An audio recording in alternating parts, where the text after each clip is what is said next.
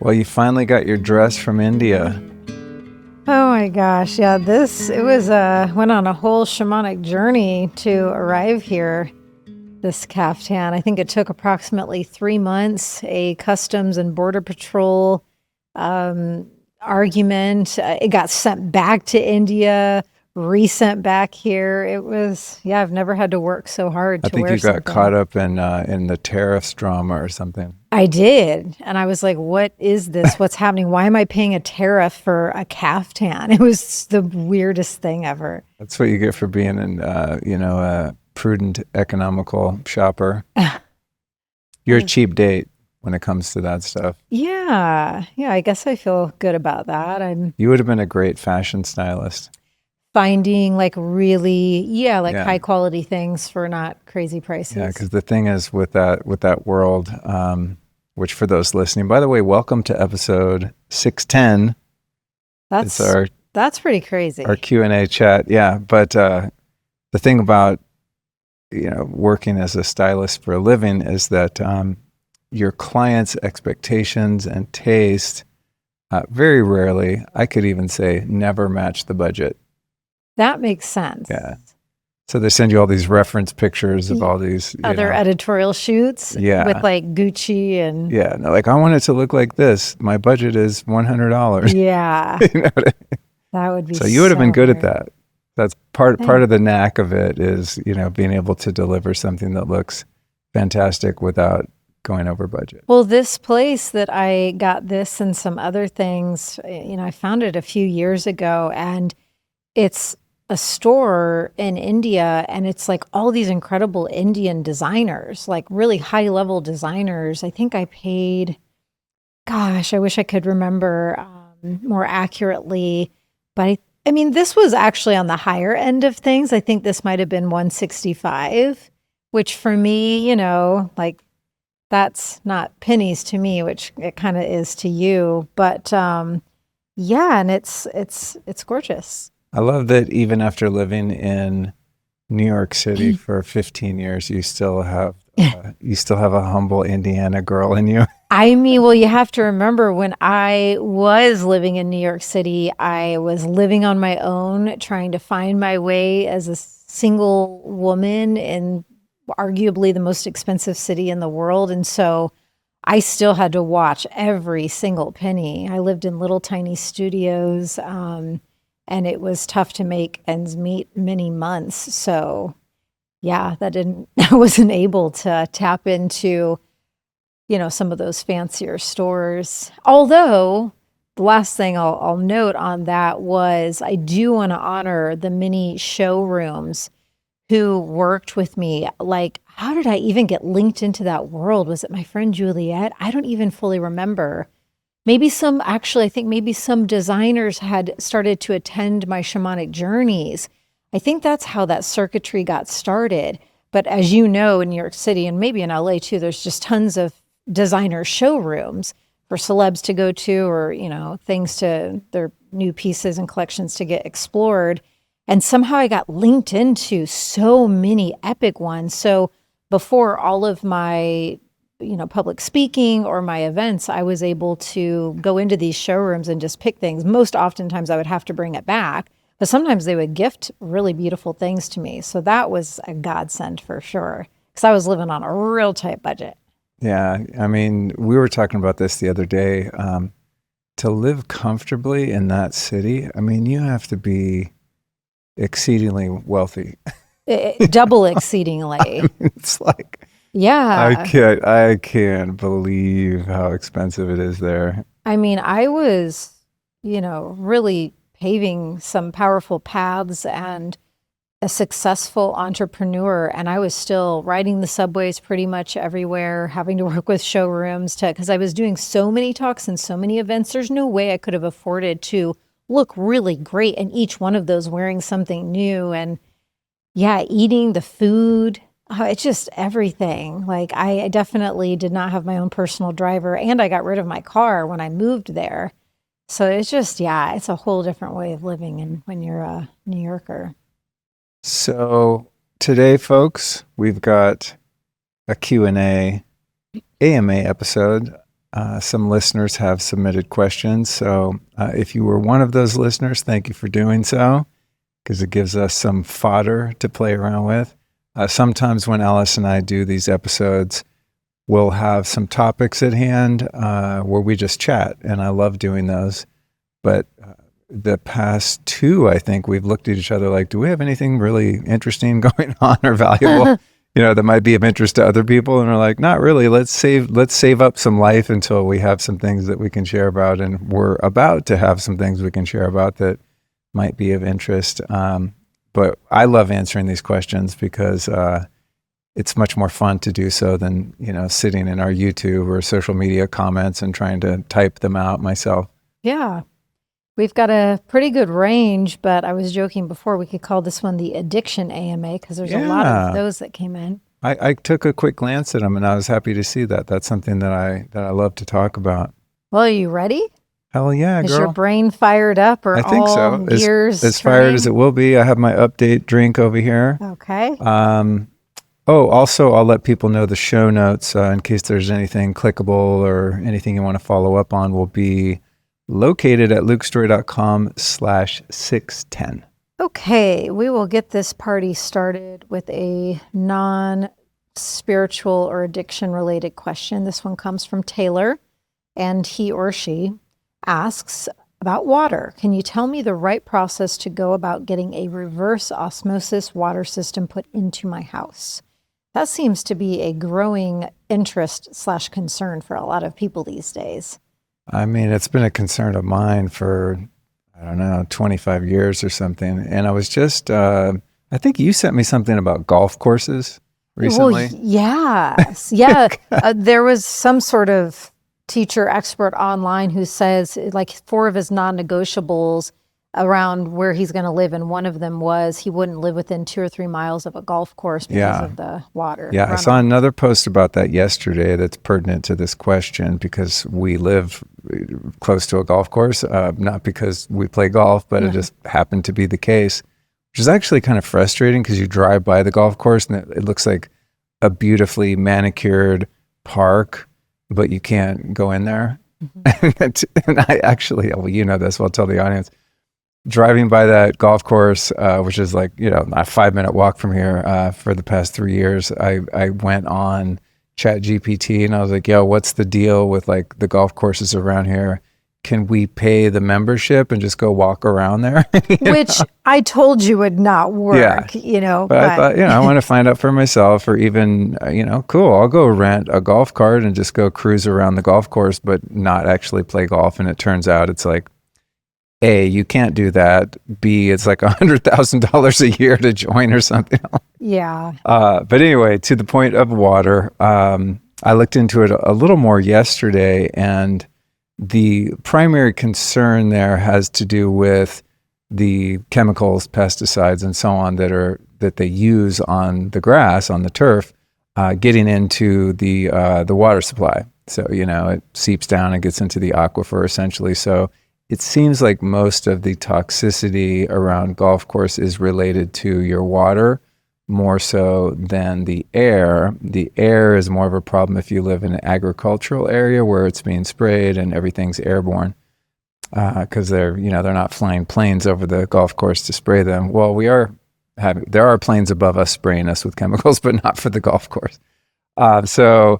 Water filtration, purifying your water to me is something, I've done like so many podcasts about it starting in 2016, almost 9 years ago. I probably have, 30 hours of water content. And the reason that I'm so interested in water is because I believe water is a conduit of consciousness. And it really is just so fundamental to our health. And if you think about your body, we know that on a weight level, we're at approximately 70% water, right? And molecule for molecule, we're about 99% water.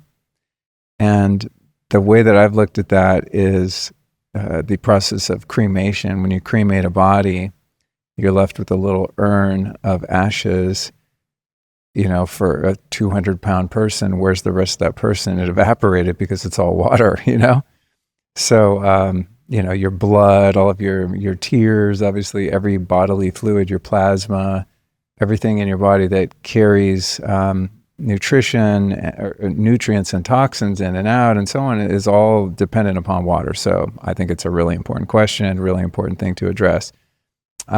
We have a system that was created by a company called Ophora, and there's been a bit of controversy around their bottled water that they sell in retail. I haven't looked that deeply into it, but we've had our system since modified by, and I'll put this in the show notes, I believe they're called Elite Water Systems. They're going to have to forgive me if I got the name wrong. And so that's who, we're working with now, and they're much more affordable because the system that we had was quite expensive. And so in terms of reverse osmosis, it gets a little bit tricky because the way that you want to filter the whole house system is kind of dependent on what the source water is. If you're on municipal water or well water, and the quality of that water and what toxins are present, and also the hardness level, like the mineral level of the water.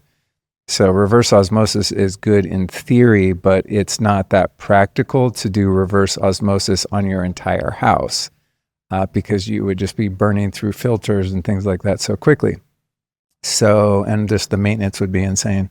So our system has like a first stage filtration and softener setup, which is in the garage, that gets out the bulk of the toxins and hardness and things like that, but it's still not at that like pharmaceutical grade cleanliness that you would want for drinking, but it's totally safe to bathe in and things like that. But for drinking water, I'm a little more particular. So there's a secondary filtration system in the kitchen that does remineralization, reverse osmosis, and also adds oxygen and structures. Oh, and then we have the analemma whole house structure in the garage.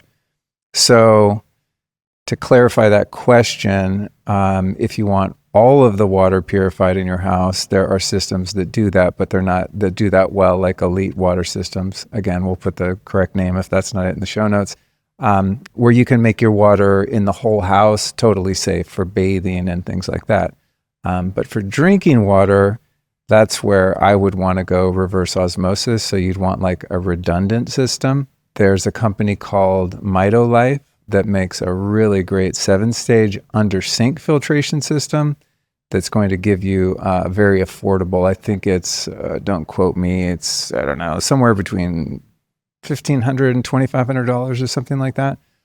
So you could not do any filtration on your main water in the house, which I don't advise, but this is like budget dependence. And as long as you have one sink where you can at least get really clean, drinking water, that would be the move. But unfortunately, because our water, municipal water specifically, is so gnarly, you kind of have to do, one first pass and then kind of a refinement pass for the drinking water.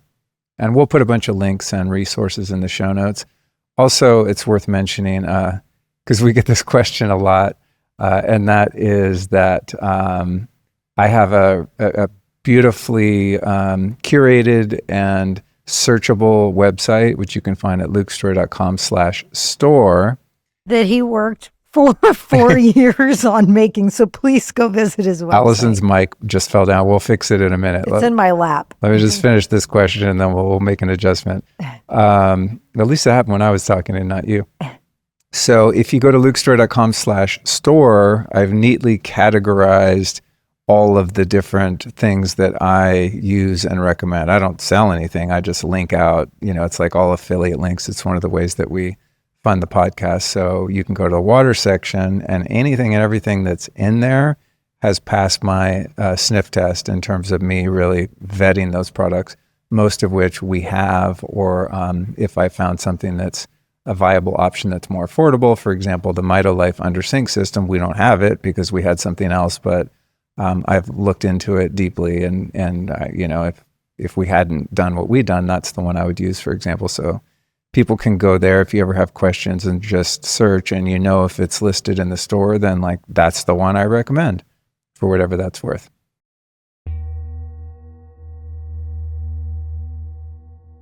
Do you think your mineral supplements are doing the job? Well, look, it's great that you know how mineral deficient we all are, and you're doing something about it. But here's the deal, all right? Most of those pills out there are salt-based, and your body barely absorbs them. So basically, you pop a capsule, feel good about your life choices for a few minutes, and then pee it right out. And that's not health. That's just expensive urine. But I get it. I used to be that guy, stacking all the mineral supplements, looking for better sleep or energy, but never really feeling a difference. But eventually, I found Beam Minerals, and that's when everything changed. Beam is made from something called humate, one of the most mineral-dense substances on Earth. Beam extracts that ancient material, then purifies it into a concentrated liquid that is loaded with every essential mineral your body needs. And you'd think something that comes from the earth might taste nasty, but it actually tastes like water, and it works like rocket fuel. Ever since I've been on my daily Beam regimen, my energy's been steadier, my digestion has improved, and my brain, well, there's way less fog and way more focus, because that's what minerals do. So to get yourself fully mineralized, head over to beamminerals.com and use the code Luke to get 20% off your order. Because here's what's up. If you want your minerals to work, the solution is really simple. You need to absorb them, and that's why I take Beam. One more time for the kids in the back, that's beamminerals.com, and again, that code is Luke. Okay, let's go right to one other water question because I think this is equally important. Ernest is asking, I listened to a podcast where you and Ian Mitchell talked about a Spanish study and deuterium-depleted water bringing the body to a range where cancer cannot grow. Do you know where I can get my deuterium levels tested? And I would never know about this, I don't think, had I not been married to you. But I know we drink that fancy deuterium-depleted water. I got that. It's deuterium-depleted water is so freaking expensive. I mean, yeah, it's hardcore. So I got that water just for you. Well, and Cookie too. Yeah, and Cookie drinks for the girls. She drinks the 10 parts per million, which is like super anti-cancer and really great for you on a number of reasons. But the volume of water that she consumes is low enough where that's affordable. But lately, I've been dipping into your water supply a little bit, just because I'm working on a little bit of a deuterium project. So we'll link to the prior episodes I've done. He's talking about one of the Ian Mitchell episodes, but I've done, I want to say 2, 3, 4 episodes specifically dedicated to this idea of deuterium. And so for those listening that don't know what we're talking about, deuterium is just a form of hydrogen that exists in the environment, and it's referred to as heavy hydrogen. So it's something that's natural in the environment and is much more prevalent in coastal areas than it is in like mountainous, high altitude areas for some reasons that I forget that a smart person told me years ago on the podcast.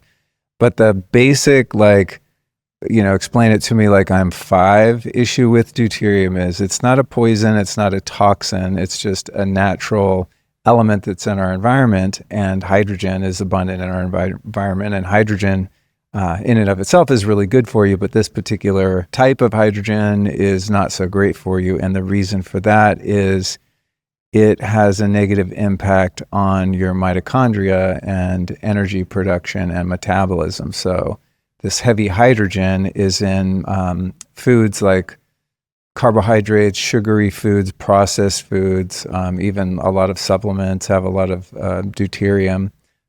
Probably not that meaningful because you're taking such minute amount of a substance if you're taking like a capsule supplement, and it's in the water. And so in ocean water and most tap water, it's about 155 parts per million. And most people, if they test their levels, are going to be, I think, somewhere around that range, 144 to 155 parts per million. And what happens is this deuterium over the course of your life builds up and it gets into the mitochondria and slows down what are called nanomotors. And those are the little engines that make your mitochondria hum and produce ATP, which is where we get our energy. So it's like kind of gumming up the works. If you can imagine putting like cookie dough inside a gear mechanism. It has to work much harder and it makes it less efficient. And that has a lot to do with cancer, because cancer has a lot to do with energy production, right? So it's not an anti-cancer treatment in the sense of like a detoxification or something like that. It just has to do with the amount of energy your body has to, have a functional immune system, et cetera. So the only way you can really lower your deuterium levels is by drinking deuterium-depleted water. And there's a lot of, well, not a lot, because not many people know about this, but there's a bit of misleading marketing out there with some companies that produce water and sell water commercially, and they'll market it as deuterium-depleted when it's, say, 135 to 139 parts per million, which technically speaking is less deuterium than your average, water. But you can go to high altitude springs and find water that's 139 parts per million. I think the water we used to get in LA was around 136, 138. True deuterium depleted water to me is when you're getting down to the, 100 parts per million, 85, 65, et cetera. The water that we get is called light water, and it's 10 parts per million. And as I said, it's really expensive, but you don't need to drink 10 parts per million, although Cookie does, because that's just kind of overkill. So what you can do is you can take the 10 parts per million water and dilute it with spring water or filtered water, whatever you're drinking, to bring it up to, 85 parts per million, say, and it still has a therapeutic effect. So the way that you deplete deuterium using the water, which is the fastest and most effective way to do it, is you can think of a glass of water that is muddy, right? So you have a glass of like muddy water, murky water, and you would pour clear water into that glass until it displaces all the muddy water. And that's sort of what happens with the water in your body. So if you're drinking on a consistent basis true deuterium depleted water, over time that water begins to displace the water in your system and allows you to get rid of the deuterium buildup in your body. So it's a really powerful, practice, but it takes a bit of time. So you might drink deuterium depleted water for, say, 3 months. You test before and after, and you'll find that your levels go down. And I've done that a number of times, and it works. It gets lower. Specific to that question, I know I go overkill on the answers because I know a lot of people that are listening to the answer won't even understand the context of the question. There is a company called Lightwater, which is where we get our water, and they also sell deuterium test. And I haven't done it in a while. The last time I did it, it was a combination of saliva and breath. So there's a little tube you breathe into it. It collects the condensation. Then there's another tube that you spit into, and they get the parts per million of the deuterium in both of those liquids, and they basically come up with a value that is in the middle of those two. So there's like a ratio between the two, and that's how they figure out your basic number. Now, a friend of mine asked me about that a few months ago via text. Hey, I want to do the deuterium testing. I'm like, yeah, well, Lightwater sells the kit and they ship it to you, and then you send it back and you get your levels. And he said something like, well, how can I trust that? Because it's like, they're selling you the problem and the cure. I know one of the owners of that company, Robert Slovak, and I believe his integrity. I don't think they're selling fake tests or skewing the results just to sell you more water. So that's who I would use to do the test. And I'm kind of curious actually to do one of those tests for us now that I think about it. It'll be a little bit off because you've been drinking the water for a few months and now I've been dipping into that water, but it'd be interesting to see what our levels are now and then check them again in a few months because it's kind of fun. I like quantification. I want to see that something is objectively working and not just in my mind or some kind of placebo or fantasy. So I think that's really good to do.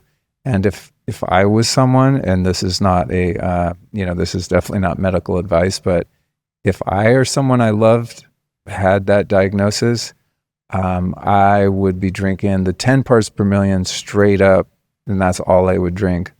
And also, eating a high fat or keto diet is also really helpful because saturated fat in and of itself is also deuterium depleted.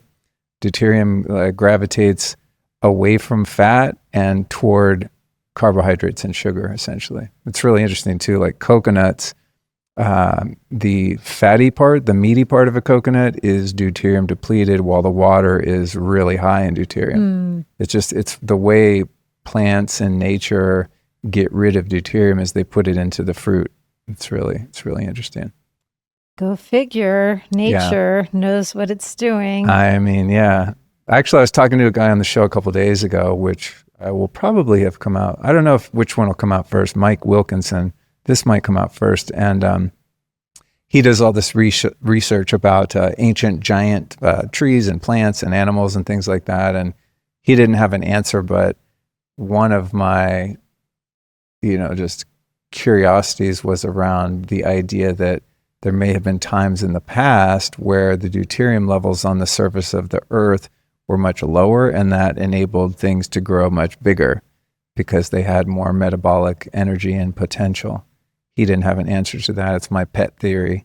And my theory was based on ice core drillings and samples from ancient glaciers that are very low in deuterium, because that's an indication of the levels that water used to have, tens of thousands of years ago versus the average, as I said, that we have in water now, which is 155. Wonderful. And I'm sure people would be able to find it, but the light in light water is LITE, I think. Yep. And we'll put it at the show notes, lukestorey.com/610.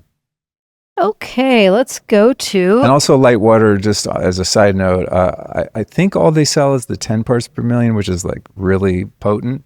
I think they have instructions on how to properly dilute it, because the math gets a little nuts. And they've realized that people have a hard time with that. And so there's, I think pretty clear instructions on like how to maximize the value of that water so that you can dilute it and still get a therapeutic effect. Okie dokie. Would you like to hear from Rochelle? I would love to hear from Rochelle. Rochelle, it is your turn. She is diving into ancestral living. How long before and after the sunrise should we get outside to get the red and other beneficial wavelengths?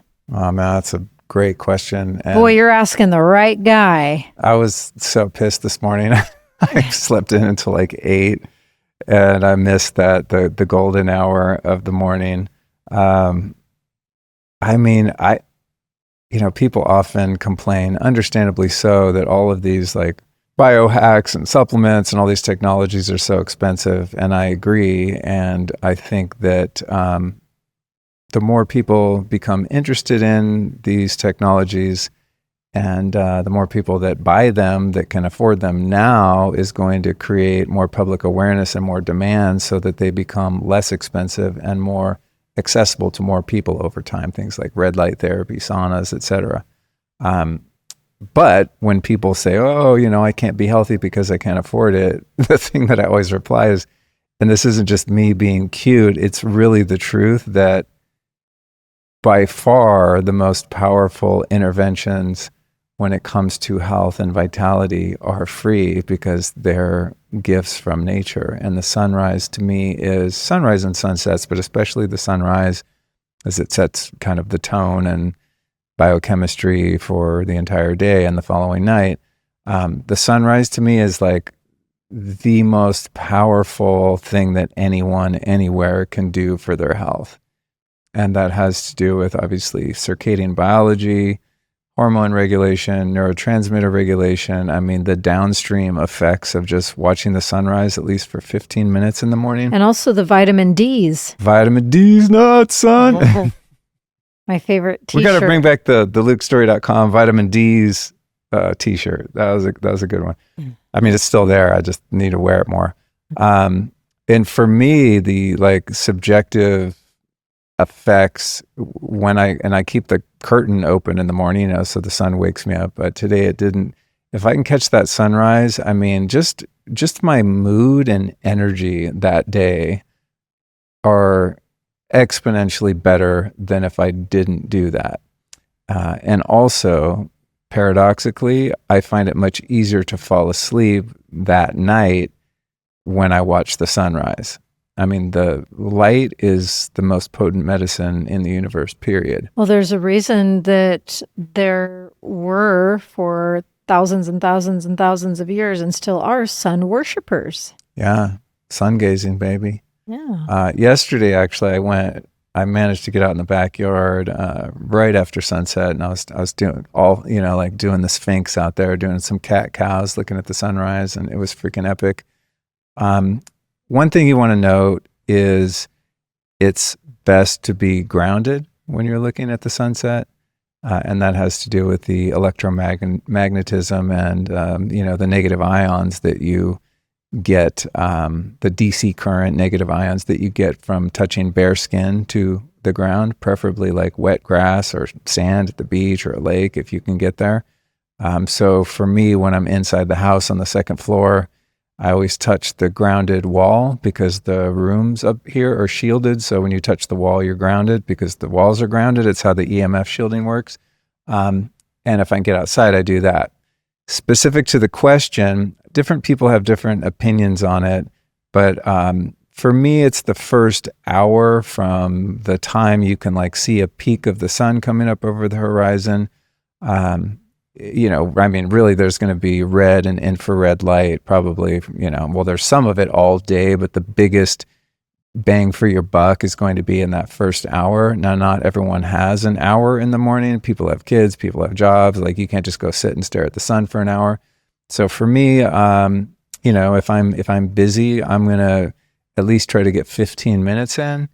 And I also don't eat anything, especially anything carby or sweet, before I've looked at the sun. So the sun is like first step to tell the body where we are in relation to the cosmos. And that informs all of the biochemistry to get ready and say, hey, it's daytime, hello.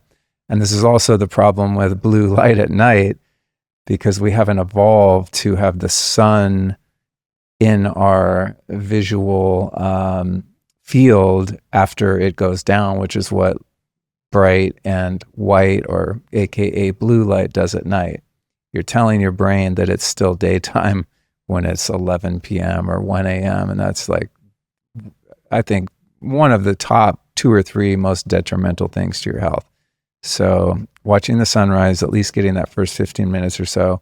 And also the good news is it works even if it's cloudy. You're still getting red and infrared light, even though it doesn't appear to be that color. Near infrared light is invisible to the naked eye. So that to me is like the number one therapy.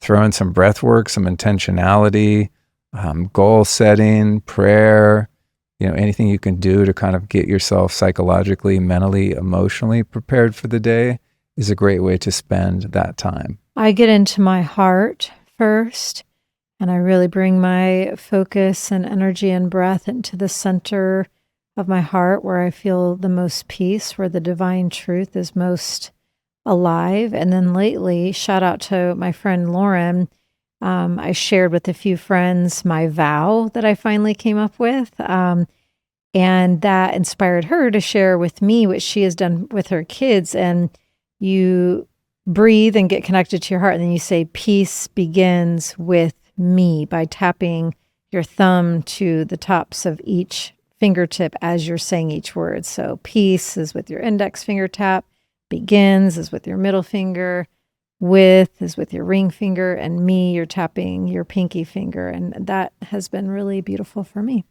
That's cool. I didn't know you were doing that. That reminds me of the started. Kundalini Yoga. Sata Nama, Yeah, Sata exactly. Nama. Yeah. Yeah. And there's more details to it, but that's maybe for another time. But with this, I'm sure most people know, but I don't want any new sun worshipers to do this incorrectly. Like, you're not supposed to stare right into the sun. Oh, thank you. Yeah, that on the sun gazing tip, there's 2 things. One is as naked as you can possibly be, because your entire body is a solar panel. You have photoreceptors on every inch of your body. And so as naked as you can be in that morning sun, obviously you're not going to get sunburned because there's not UV happening yet, or at least very little. But you really ideally want to get, your entire naked body in that beautiful red and infrared light. Staring at the sun is a good disclaimer there. Depending on where you are in elevation and how much the actual like first morning light is obscured, it's going to have less or more UV light in it. So if you live in a valley and your sunrise is the sun coming over a mountain, there's already dangerous levels of UV light by the time you can actually see, the sun itself. The way that the ancients have kind of laid out the practice of sun gazing is by gradually getting used to it over time. And you kind of build up an inner solar callus where, say you're in the desert or you're looking over the sea, right? And you get the sun like right when it pops up and it's super orange and super red. I mean, I've been looking at the sun when I'm in that kind of position forever, and it hasn't hurt me. But one way to safely do that is to look in the direction of the sun, but not right at it. And I'm talking about like, the hour of sunset or the hour of sunrise. So what I'll do, especially if I miss it, or if I'm like a little early to a sunset or a little late to a sunrise, is I'll just fix my eyes 45 degrees down so that like the sunlight is still shining in my eyes, but I'm not looking directly at the sun. So if you kind of like look up or look down or even look to the side, without directly staring at it, you get the impact, you get that basically that data through the optic nerve without damaging your eyes. But yeah, I would just say in general, I would not advise anyone stares directly at the sun at any time. And there are people that are, very skilled at this and, train people how to safely do proper sun gazing. Yeah, maybe think of it as focusing on the sun's aura as opposed to directly. Yeah, totally. Or even sometimes I'll squint my eyes, so that I'm not getting like that much potent light when we go out to the lake here sometimes. And if we're a little early and there's still a lot of blue and the sun's very bright, I'll just kind of squint my eyes so that not as much light gets in until it gets far enough down on the horizon, or I should say out on the horizon. Mm-hmm. So that, I love getting that last little peak though, when it's like orange and red. I mean, it just feels so nourishing. Yeah, you're super into it. Yeah, I'm pissed if I miss the sunrise or the sunset. Like when we take walks, I'm always like, hurry up, Cookie, we're going to miss the sunset. I know, I'm like, leave the diddle gill alone, she's sniffing. Or we'll be too early, and I'm like, I get annoyed because I didn't get the golden light. Yeah, it's a whole thing. You're very impacted and into it. There's another, what is the other thing? Oh, well, yeah, just like thankfully most of the time in Texas, it's sunny here, but every once in a while we'll get a stretch of a week or two where it's like really cloudy and you're just like so angry about it. Yeah. Oh, another thing I do too is when I wake up and go into the bathroom to take a shower, I turn on the little mini red light in there and just blast the whole room with red light. And I do that just every day, whether or not I caught the sunset or not, because I just want like maximum red light exposure in the morning. And even with that, I don't stare directly at the red light. It's just kind of ambient. And I retract. It's not that you get angry, but you do get like more down when the sun isn't out. Yeah. What's that? The seasonal, what is that called? Not the seasonal blues. Seasonal affective disorder. The SAD. You get real sad. Yeah. And I'm a very, very, tuned into light. Yeah. I have some friends like that too. Yeah, I would have a very hard time living somewhere like the UK or where I grew up in Northern California where it's foggy and like just like gloomy out all the time. Yeah. It impacts you. I get super bummed. Yeah. Yeah.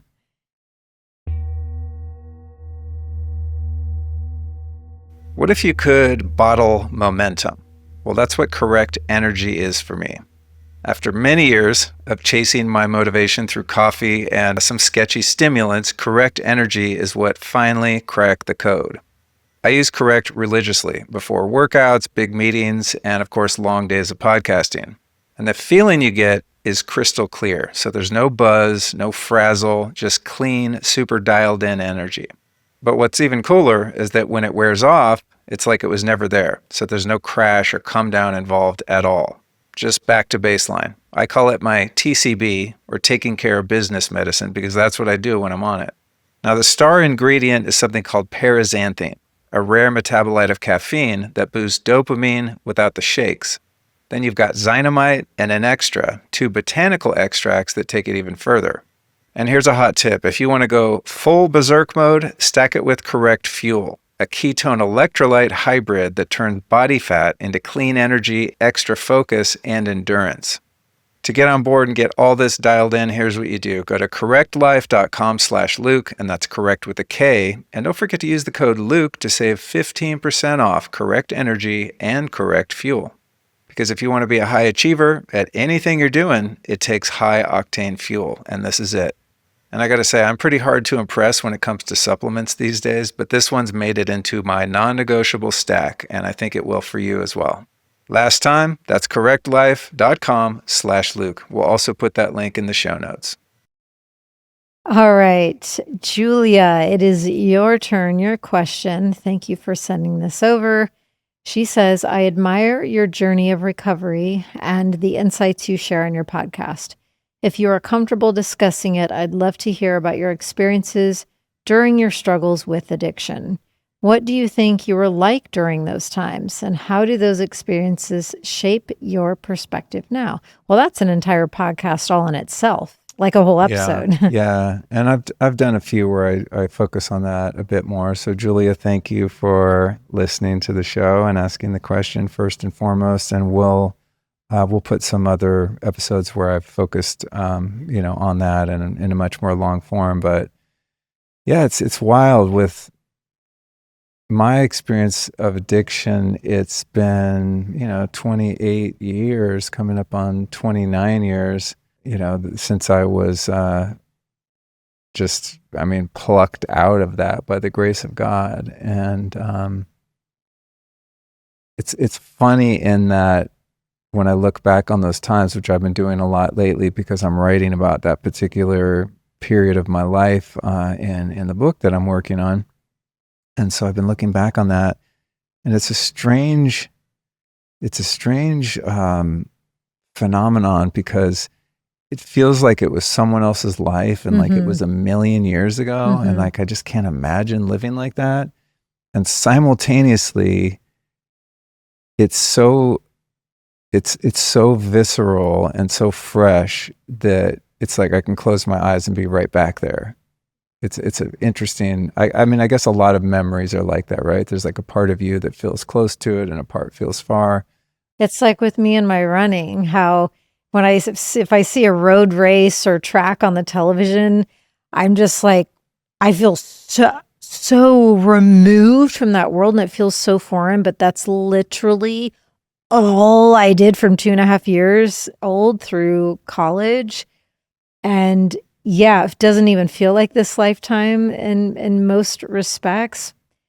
It's like, I don't know what causes that, and if everybody experiences that, or only people who those previous chapters like really deeply traumatized them or shaped or impacted their lives. If that's how it feels to those people only, I don't know. But it might be more so that way with experiences in life that are imbued with a lot of intensity. I think that has something to do with the contrast, because I did a lot of things earlier in life, and those only feel like a long time ago. Yeah. You know what I mean? Doesn't have that trippy feeling. And it doesn't feel like, oh, that was a totally different person. Like when I was a kid riding, dirt bikes or something, and I'm not like, whoa, that was me.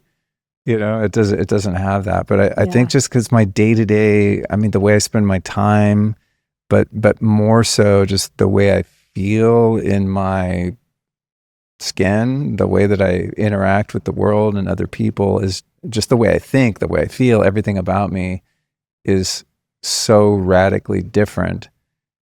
That's the part that it's hard for me to imagine the way I used to be. But I think the part that makes it more immediate is the intensity and the pain of those periods. The struggle is just like, it just gives me the willies, if I really get into it. Because it was just so dark. So to her question, what it was like for me and what I was like, was quite a long period because I started using drugs when I was very young. 8, 9, 10, started experimenting. I was probably addicted by the time I was, 11, 12. I had a break because I was sent to boarding school from 14 to 16. So I was sober at that point after getting arrested for burglary. Were you trying to find pot? Yeah, I was. I used to break into houses, and rob them of, drugs and money and things like that. And so the house that I got arrested for breaking into, I was looking for drugs. Yeah. Unfortunately, they didn't have any. And all I could find was alcohol, and I was only 13 and I hadn't really discovered alcohol yet. I mean, I discovered it. I've been drunk many times, but it wasn't like my medicine. So all I could find was alcohol, and I went in the house, stole a bunch of shit, including a couple bottles of brandy, went home, got drunk, and then walked back to the house to steal more stuff. That's what gotcha. Yeah, that was a rookie move there. And in so doing, I got caught. Anyway, so there was a 2-year break of sobriety, when I was a teenager. And I mean, obviously my life improved dramatically. And then there was a lot of healing during that period, just due to the nature of the therapeutic kind of troubled teen cult-like school that I was in. But when I got out at 16, I don't know. I don't think I understood how the phenomenon of craving works. I just thought, well, I know I'm not supposed to do drugs because I had problems with it before, but I thought I could dabble a little bit and be unscathed. But I immediately fell into addiction worse than ever. And so from 16 to 26 was a 10-year period of just, a downward spiral. And I look at all drugs, whether they're, psychedelics and plant medicines or crack and heroin or whatever they are, they're just tools, right? And they have a purpose and they have a use. And some of them can be beneficial at times for different reasons, and some of them can be deadly. And it sort of depends a lot on context and also on what those particular substances are. And so now I just think of it as I have different boundaries with different things, and there's some of those things are very boundaried and I won't touch and probably will never touch, hopefully for the rest of my life. While there's other things I've found even in sobriety to be beneficial in the realms of plant medicines and psychedelics, which I don't think is probably appropriate or great for anyone that is sober or wants to stay sober, but that's been my path. But what I was like, to her question, thinking back, there were two sides. The utility value of addiction for me was that drugs enabled me, and alcohol enabled me to feel more free. They really provided an escape, and I really needed escape because I had so much inner turmoil that was a result of childhood trauma and just things that I experienced as a kid, and neglect and abandonment, and all the classics that typically lead to addiction. And my addiction also had a lot to do with just geographic luck. I grew up in the Bay Area, and in the 70s and 80s, there were, I'm sure now too, but there were a lot of drugs there. It was a very drug-rich culture. And so they were very easy to access when I was a kid, which was probably, at least at that time, more so than, I don't know, if you lived in Idaho or something, you know what I mean? Just the culture was really kind of saturated with drugs. And so that's why I started so young. So I would say, like, on the positive side, I felt like I didn't commit suicide or get into like really overt self-harm because I at least had some medication. It's like, rather than going to a doctor and getting medication for the emotional and mental issues that I had as a kid, because no one really knew I was having those issues or knew how to help me to deal with them, I self-medicated, and I did a really good job of doing that. But couldn't that also be looked at as like a slow suicide? I mean, I guess so. Yeah, there's definitely an element of self-destruction there. Probably part conscious, part unconscious, because there's a lot of shame and self-hatred involved in the addiction cycle for me. But I look at it as, although it's like it got super dark and there was a lot of pain involved, but drugs were really helpful to me because those were the only resources I had. You know what I mean? So, and I also had a lot of fun. I mean, when I moved to Hollywood when I was 19, I mean, I had no rules. There was like zero authority. I could do whatever I wanted, whenever I wanted. I ran with a lot of older people. For whatever reason, most of my friends were like 10 years older. That's when you had your cat named Ted. I had a cat named Ted and a cat named Lucy. Yeah. And yeah, man, I mean, I'm living, behind the Chinese Theater on Hollywood Boulevard. I'm just like going wild, and I had a lot of fun. And so, I remember my mom telling me once the night she dropped me off at rehab in 1997. She didn't tell me this for a while because she wanted, to support my sobriety. But at one point she said, because I got wasted, I mean, like hammered drunk the night she took me in. Like I wouldn't even go. I wouldn't leave the bar at the airport. She came to pick me up. She's like, "Let's go." We're gonna go do the intake. And I was like, we need to go to the bar. But she said to me, she said, "Man, Luke, I hesitated to tell you this in your early sobriety, but you were such a fun drunk. Like you were hilarious. You were so like gregarious and, just like entertaining." And so that, that's kind of how I was when I was high and drunk. I mean, I was like more myself because I didn't know how to do that any other way. So there was a lot of fun, a lot of wild times. I was not, the drugs and alcohol didn't really make me mean. You weren't like throwing bottles against the wall. Yeah, no, I wasn't people. that guy. I wasn't that guy. I was like way more fun, and it allowed me to be more extroverted and like less insecure. I remember you also saying it helped you be comfortable around girls and shy. Yeah, totally. And also playing music, I had like terrible like insecurities about my talent or lack thereof. I had stage fright and just, approaching women and all of those things. So it gave me like a sense of confidence that wasn't real, but it was better than not having any.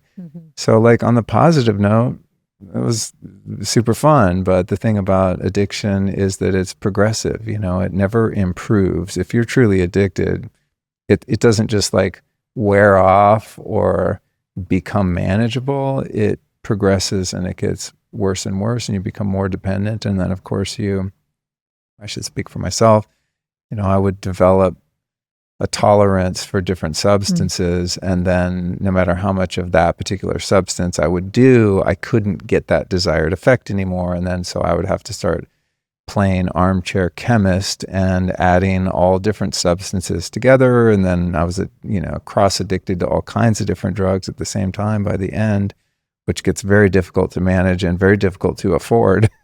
Yeah, it's a lot to keep up with. Yeah, it's hardcore.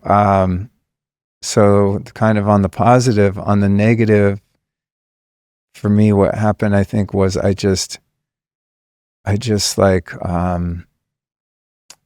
became so captured by shame.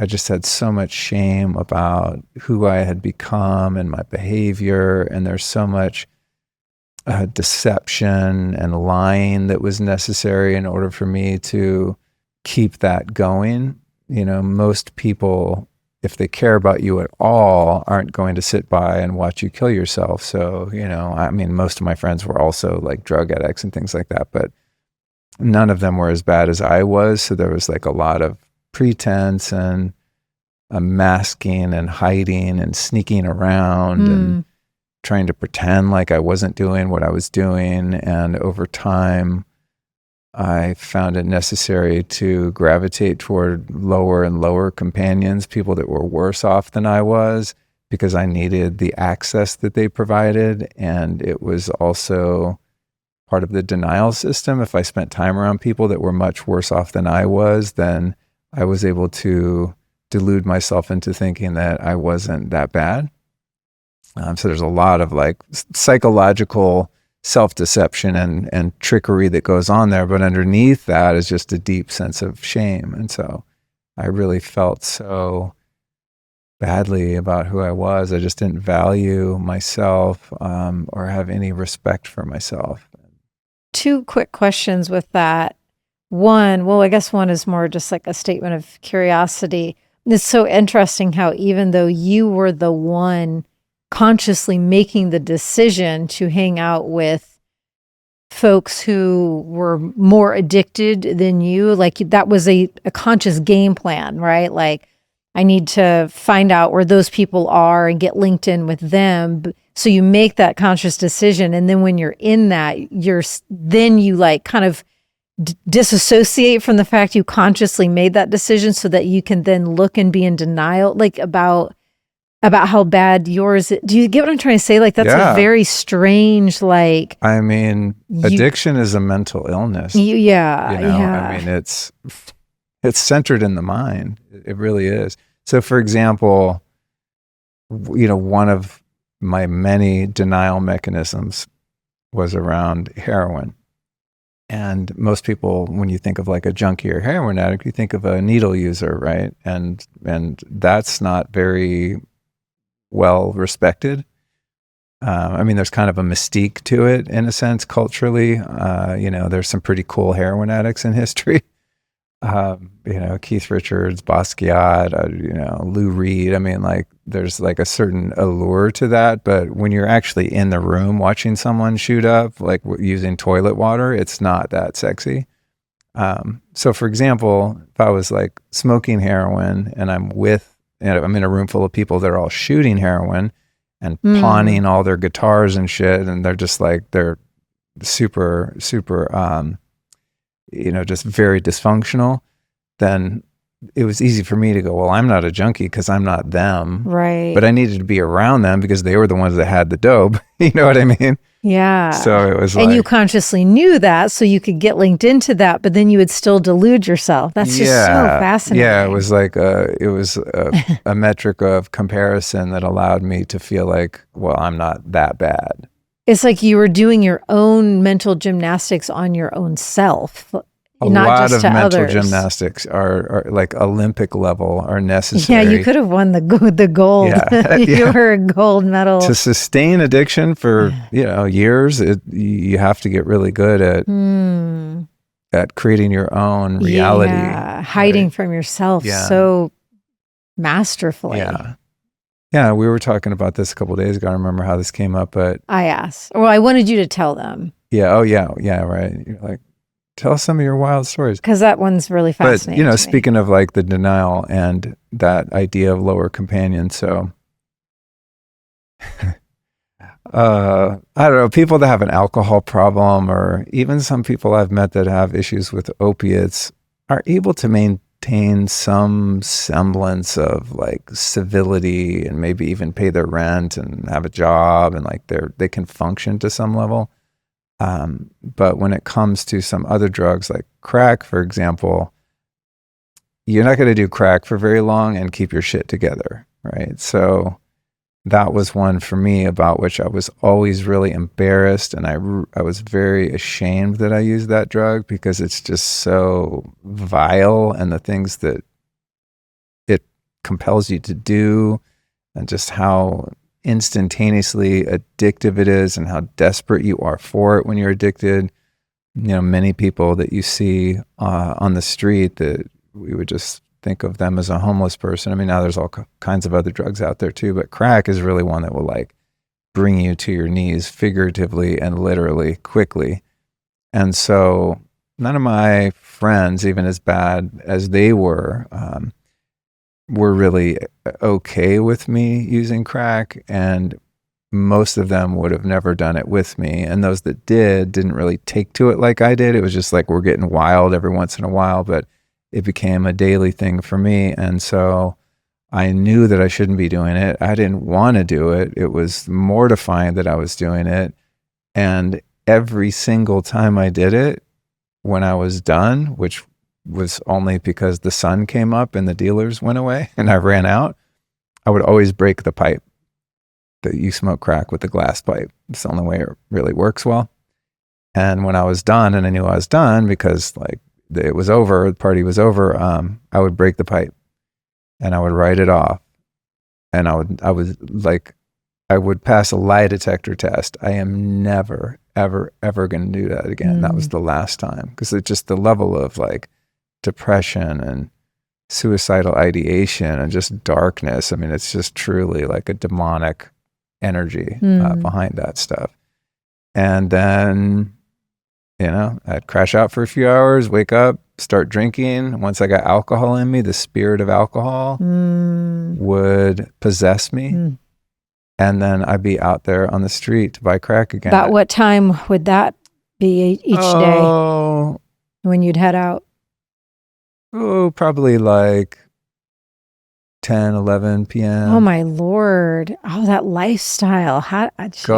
Go until like 8 or 9 in the morning. Oh, my Lord. Yeah. Back and forth to the spot, you know, all night.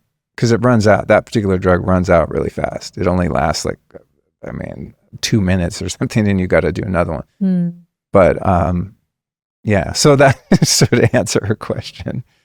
That's what it was like. I mean, you have like the years where it was kind of still working, and I would say the benefits outweighed the consequences, and then there was an even longer period where there were little to no benefits and a lot of dire consequences, both in my external life and my ability to function in any like adult capacity, and also just my mental health and you know, just the emotional pain and the spiritual disconnection.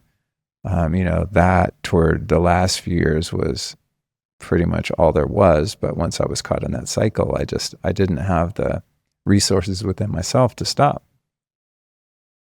Is there anything else you want to say or clarify about the last part of her question, and how do those experiences shape your perspective now? Well, how they shape my perspective is, I think I have a really high capacity for empathy, not only for people that have struggled or are struggling with addiction, but just anyone who's experiencing a lot of emotional pain and, you know, mental health issues. I get it. I remember for years, it still happens every once in a while. You know, when I lived in LA, there's a lot of, you know, homeless people there, and a lot of people struggling with mental health and addiction just out on the streets, you know. And I'd drive by some guy about my age pushing a shopping cart, you know, sunburned, dirty clothes, unwashed, dreadlocks, from just matted hair, you know, just someone who's been like out there living that life for a long time. And I think to myself, like, how is that not me? What happened? I mean, I know what happened now. It's the grace of God is what happened, and a surrender happened, you know, and a calling in my soul that put me in the position to accept the gift of grace. But, you know, that's something that I really value about that experience, is just, I have a way of, just feeling compassion for people that are having a rough time. You know, I know what it's like, and I mean, I'm sure many people have had it rougher than I did, but it's in my own subjective experience, man. I mean, I can go back there and just be like, holy shit. So there's like a permanent and very consistent state of gratitude, because I know where I came from. I'm sitting here with you as my wife. We have a beautiful home. I've created a career out of just exploring, you know, teachings, modalities, information that's been helpful to me, sharing it with tens of thousands of people. I make a positive contribution in the world. You've got this beautiful Gil dog. We've got Jared here running the gear. I've got great cameras. You know, I'm able to produce like what I feel is pretty good quality media. I mean, there's just every measurable part of my life is just such a gift. It's so beautiful. So there's like just a unbreakable gratitude for my life on the external, but also for how I feel, on my worst day today. I mean, this morning, as you know, was no party. I had to deal with some, work that was being done in the house that just couldn't be done any worse.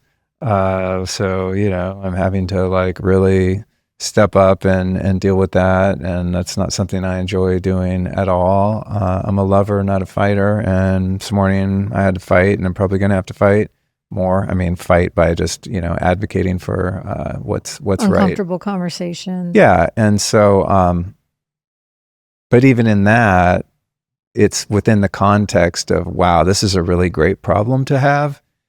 Because there was a time I was living in someone's freezing ass garage in Echo Park, California, driving a busted ass 1995 Nissan Maxima and like doing telemarketing for a job, or getting people to sign petitions in front of Whole Foods and being just. Or you also worked at that Italian restaurant, and how weird that then so many years later, your wife and her Persian cat are moving across the country from New York City to live in a home just at the top of the hill from that same restaurant that you were like, what was it? You started as a driver delivery guy, and then that was when I first got sober. I had waited tables, periodically when I was an addict, and so I played music and I waited tables during the day, which I couldn't sustain very long because eventually I just didn't have the mental capacity to, do that.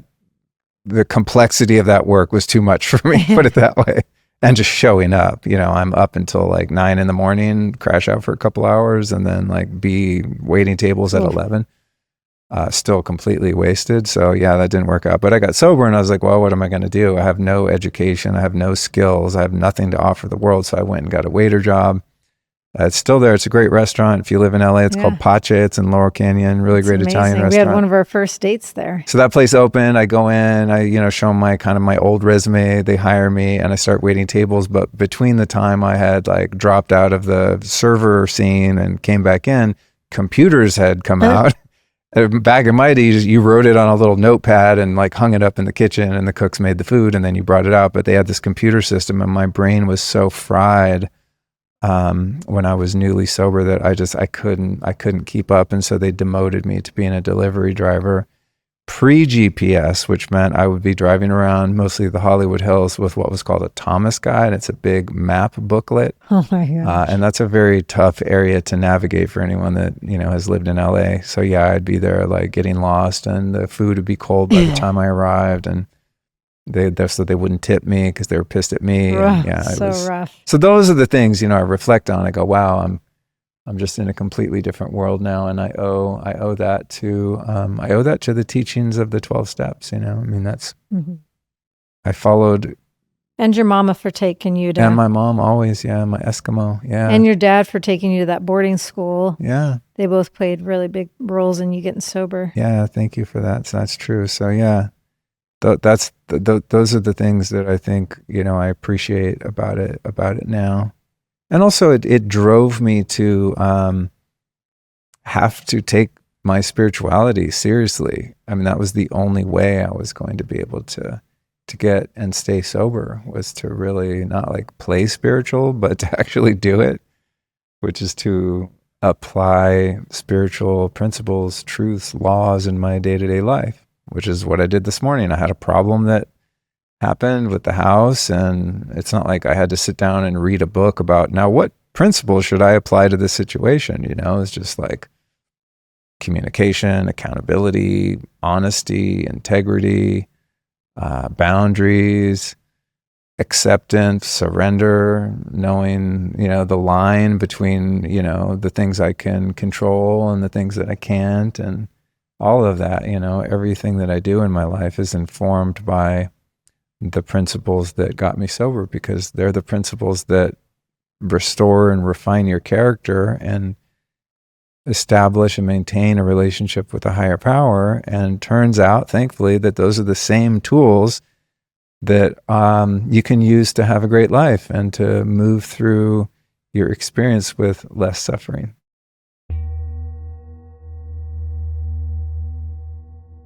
If you're a fan of this show, you likely have some knowledge of the concept of quantum energy.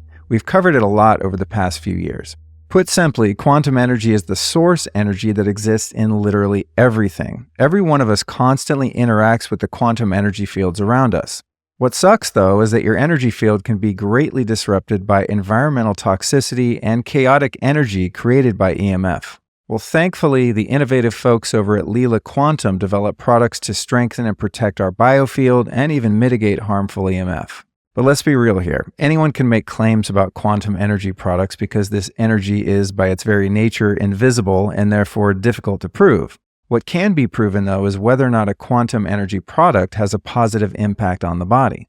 To solve this, Lila Q provides a grip of randomized, placebo-controlled single and double-blind studies proving the many benefits of their products. Of the various studies listed on their site, the dark field microscopy studies are some of the most intriguing. These studies demonstrate significant protective and improvement effects of the quantum block technology on human blood following only a 10-minute exposure. To feel the effects of quantum energy yourself, here's what you do. Go to lelaq.com and use the code Luke10 to get 10% off your first order. That's LEELAQ, lelaq.com. Well, I think this is more of a spiritual question, but I think it segues really well from the last one. This one's from Annie. She asks, how does one start feeling connection to the divine again when dealing with years of fallout from trauma that's caused long-term disconnection? So, yeah, you've had a big gap. Yeah, that's a good question. The thing about God, whether, whatever word you want to use for that creative force that is really cool, but also for me really hard to remember, is that it's always operational, it's always present, it's always responding to my thoughts, feelings, and words, whether or not I'm aware of it. And I discovered this really like day one in rehab in 1997 because I never prayed in my life. I started praying, and my cravings for drugs and alcohol just vanished out of thin air, gone instantly, and never came back to this day, 28 years later. And that was a massive clue for me because it showed me that regardless of how shitty I felt, how hopeless I felt, how depressed, how anxious, and the fact that I had less than zero faith that these silly little prayers were going to do anything and that there was any God to hear them, that it still worked. And so this is something I still remind myself of, is that even when I feel disconnected from God, it's on my end, that it's impossible to be disconnected from God because there's nothing other than that in existence, right? God is everywhere. And that all, it might sound nice, but if you're, if you've gone through some trauma, or you're in that kind of the emotional waves of depression and anxiety and hopelessness and all the things, you can even believe that and know that, and it doesn't really help you feel any better in the immediate. So my practice is to continue with my prayer, continue with my meditation, continue with, I'm not like, I would say spiritual study, but like contemplation. Like I still read David Hawkins' books all the time. I listen to his lectures. I was listening to one this morning. It's like, I don't find I'm like chasing teachers like I once did. Not that I was chasing them, but there were different teachers or teachings that were most appropriate for my level of development or what I was working through right at that time, right? So there's, people that I used to be very inspired by or learned a lot by, and they were really good for that particular time in my life, but now I wouldn't find it as fulfilling. But, there's a couple of my go-tos that I feel like will be useful at any stage of my spiritual development. So I do those things even when I'm having a hard time, even when things are going really well. It's just a non-negotiable. And at the same time, I don't expect myself to do the spiritual thing perfectly. And there's days that go by and I realize like, wow, I'm kind of just in my own little world here. And I've totally lost the awareness that there's something bigger and greater at play here that has my back and wants to do nothing but support my highest good. And so to me, if I was having a hard time reconnecting, which happens sometimes, re-immersing myself in, listening to lectures by spiritual teachers that I respect, from whom I've learned, to be reminded of the benchmark of consciousness, to keep holy company, to be around people that are, at a generally higher level of consciousness than myself, or at least around the same altitude. Speaking of holy company, nature walks, it sounds so simple, but a lot of the most powerful things that changed my life, especially when I was going through my divine intervention, I was living in the concrete jungle. I was living in New York City, but I would go to Prospect Park like every single day in Brooklyn. And that was one of my biggest saving graces, was just staying as closely connected to the holy company of nature as I could, even living in New York City. Oh, I'm so glad you said that, because I forgot about that. Just yesterday morning when I was doing my little sun gazing routine, I was out there hugging the oak tree, just going, oh my God, thank you. Wow. And I mean, that might sound insane to some listening, but I felt better. Yeah, I'm sure the tree did too. Yeah, tree did too, exactly. But yeah, the holy company, inspiration, and also just community. There's something to be said for the law of entrainment, whether that's a yoga class, a meditation class, a 12-step group, a Course in Miracles study group, going to, lectures by spiritual teachers, provided they're authentic. Many aren't, as I found out the hard way.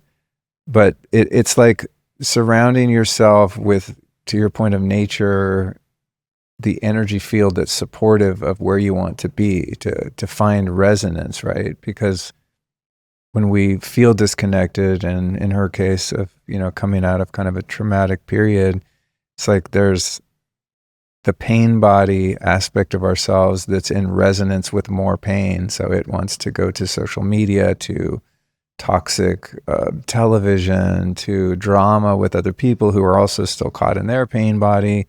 There's attractor fields on both sides of the equation, right? There's attractor fields that draw our higher self into higher awareness and coherence, but there's also attractor fields that sort of draw us back to the place that we're trying to evade.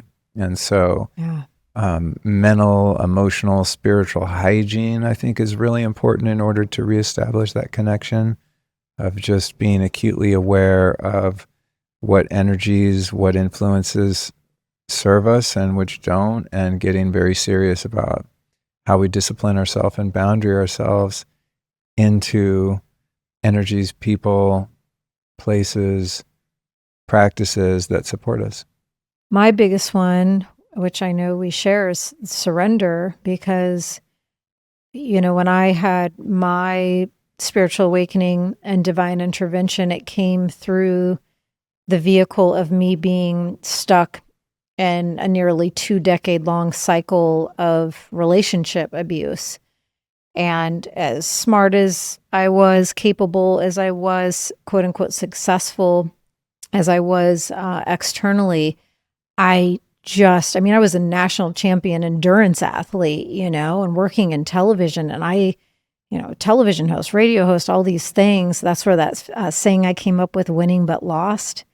I was winning so much on the outside, but so lost on the inside. And I could not seem to figure out how to pluck myself out of a 16.5-year cycle of allowing my body to be abused and used and having such low self-worth. I just could not crack that code.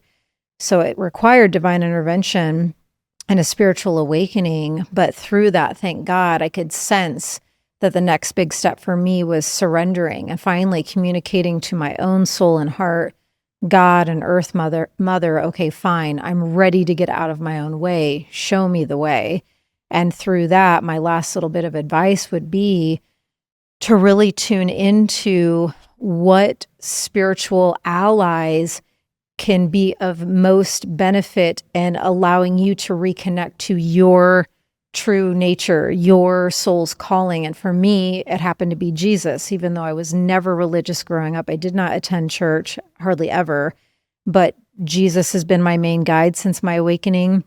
And the power animal realm came in, those 4 main guides, the black jaguar, bear, deer, and frog. And that was my support team. It's a great team. And that got me through the top, at the time, it was the scariest time of my life. I've since experienced one scarier probably, or equally as so. But if you're not clear on who you would want to safely invite in to be your spiritual otherworldly support and helping you remember who you really are, I would recommend taking a lap around a metaphysical shop, and you will be drawn to whether it's the Egyptian section or the chakra section or the pendulum section. There will be a clue within those types of stores that will let you know this is the category or the tool or the spiritual ally who can most help me right now. And just locking into that support. Beautiful. Saved my life. Yeah, 100%. I could have been one of those stories, 100%. Of the person, like I was that girl, like I was her. It took me many years after I got out of that situation to have the additional awakening that I was her. Those stories you hear of like the women that just are in denial and can't seem to get out. I was like, oh my God, that was me. Okay. Oh, one other thing Mm-hmm.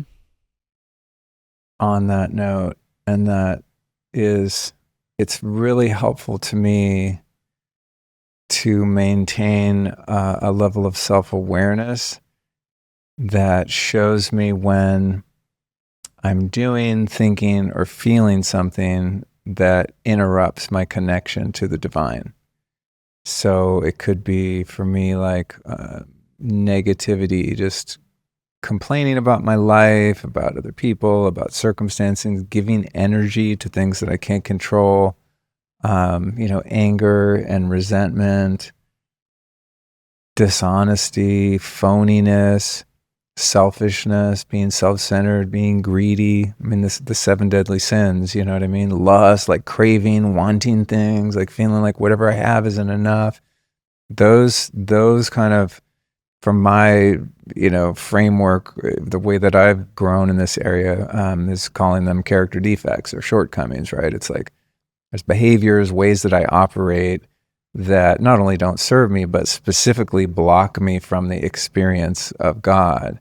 The way David Hawkins would talk about the divine is that it's like, the sun is always shining, but on a cloudy day, we feel like the sun, aka God, went somewhere, disappeared, abandoned me, it's gone. It's like, no, there's just clouds that I put in the way that are obscuring my experience or relationship with or to God. And so that's one of the kind of hygiene pieces for me, is just being as impeccable as I can about things that I think about, the way that I speak, the things that I read, like one's own behaviors and patterns too. Yeah, exactly. Because I'll get cut off. It's like this morning, right? Something I had like every right to be mad because I hired someone to do a job and they're not doing it right. So there's a number of different ways to handle that, and I was very aware that if I didn't kind of monitor myself, that I could go into a victim spiral, a resentment spiral, a revenge,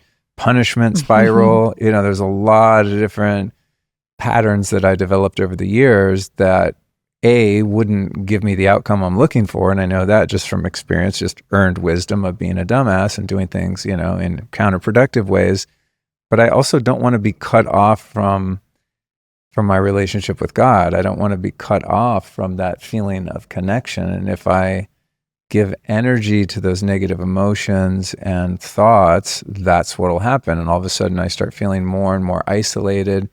And then my nervous system says, cool, you're back in the animal state, so you're going to experience the feelings of being an animal, which is being terrified all the time, or feeling like, I need to dominate, control, all of those things. The it's hypervigilance. I just want to be in, have an equilibrium, so I'm by no means, as me and my wife that lives with me, not perfect at any of it, but those are the things that I'm always aiming for to Yeah, keep I that think we've both connection. grown in our equanimity abilities and capacity, even since we met.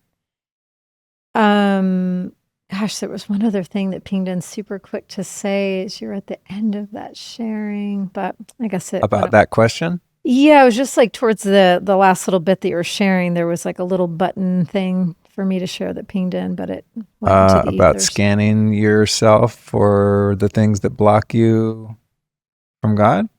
It was, yeah, when you were talking more about how you could have gotten into the anger or the revenge and about the work that wasn't done to the capacity and level that they assured us it would be, and it was something after that. But anyways, this one's really intriguing to me, and I hope you have a good answer because I want to be able to support Shannon and her family. She says, our teenage son is addicted to gaming. Now, I know you were never a gamer. I was never a gamer, but still, it involves addiction.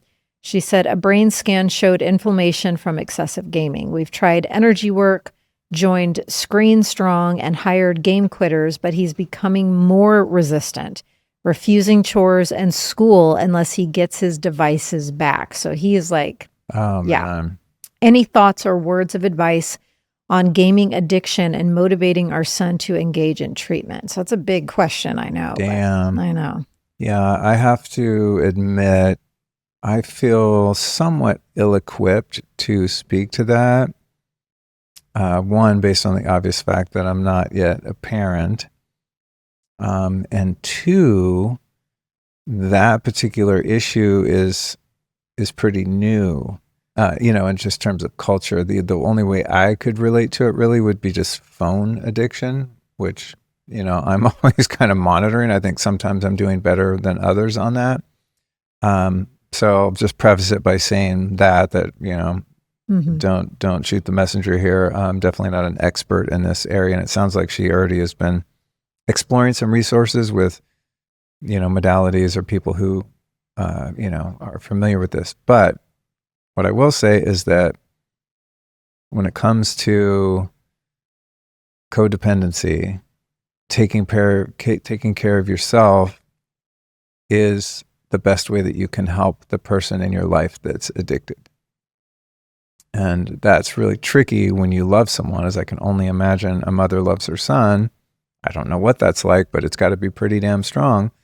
But with me, I have two brothers and a wife and obviously friends and people that I love. And the tricky thing about being a bystander to someone else's addiction, no matter what that addiction is that it's incredibly painful to see someone harming themselves and to be totally powerless to, compel them to stop. And so, there's varying degrees of that experience as the bystander, from like hardcore codependency where you actually become addicted to the person who's addicted and your entire life revolves around trying to fix and control them, which is the way that you self-medicate, avoiding the shit that you need to be dealing with, right? It's a cross addiction. And that's, if you want to learn about that, you can watch the show Intervention. Whew.